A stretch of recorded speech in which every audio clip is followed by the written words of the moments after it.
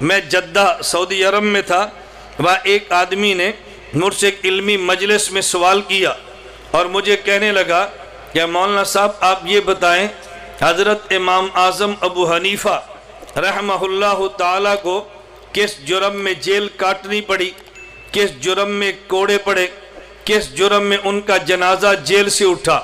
میں نے کہا خلیفہ وقت نے حضرت امام اعظم ابو حنیفہ رحمۃ اللہ علیہ سے کہا ہم آپ کو قاضی القضات اور چیف جسٹس بنانا چاہتے ہیں۔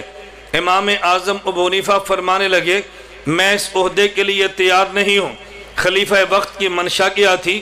اگر امام اعظم ابو حنیفہ جیسا آدمی چیف جسٹس بن گیا تو پھر ظاہر ہماری حکومت پکی ہے۔ اتنا بڑا آدمی جب ہمارا قاضی القضات ہوگا تو یہ بات کہنے میں حق بجانب ہوں گا کہ میری خلافت خالصتاً شریعت کے اصولوں کے مطابق ہے، ورنہ اتنا بڑا امام میرا قاضی نہ ہوتا۔ حضرت امام اعظم ابو حنیفہ کو خدا نے فراست ایمانی عطا فرمائی، فرمانے لگے میں اس منصب کے لیے تیار نہیں ہوں۔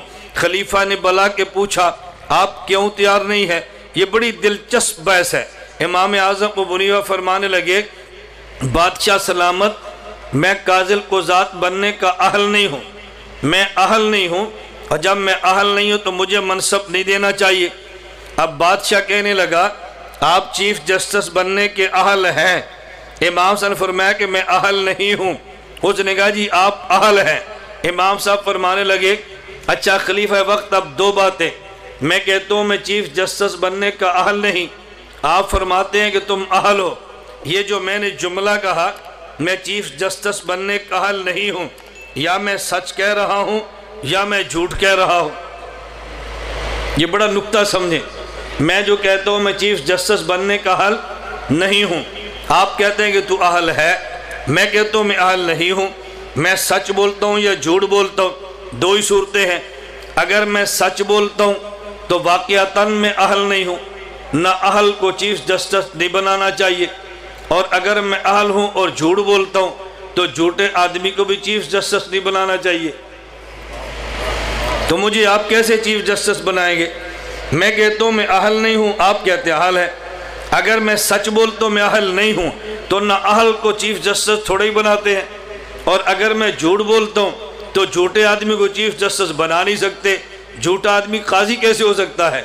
اب بادشاہ دلیل کے سامنے امام صاحب کے سامنے خاموش ہو گیا، لیکن بادشاہ وقت تھا، کہا جی کوڑے مارو، امام صاحب نہیں مانے، جیل میں ڈال دو، امام صاحب نہیں مانے، بالآخر زہر ڈال دے کے شہید کروا دیا گیا، امام صاحب پھر بھی نہیں مانے۔ مجھے وہ جدہ میں ایک شخص کہنے لگا کہ مولانا یہ بتائیں اس امت کا پہلا چیف جسٹس، اس امت کا پہلا قاضی القضات کون ہے؟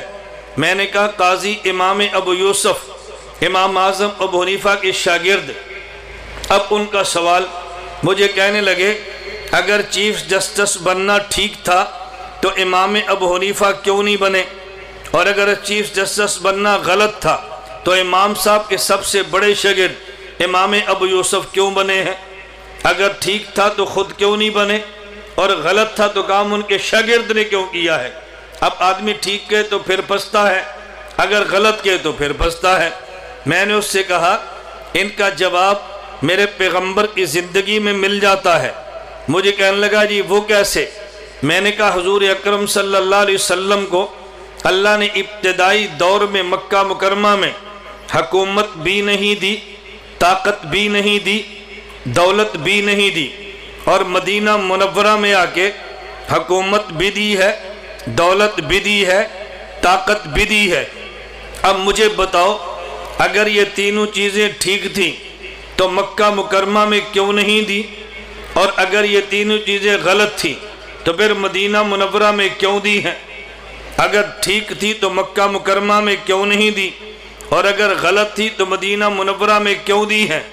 اب اس کے پاس تو جواب نہیں تھا۔ اس نے کہا جی میں نے آپ سے سوال کیا ہے، آپ نے الٹا مجھ پہ سوال کر دیا ہے۔ میں نے کہا تجھے اس سوال کا جواب ملا تو اس سوال کا جواب بھی ملے گا۔ مجھے کہتے ہیں جی دونوں کا جواب آپ دے دیں۔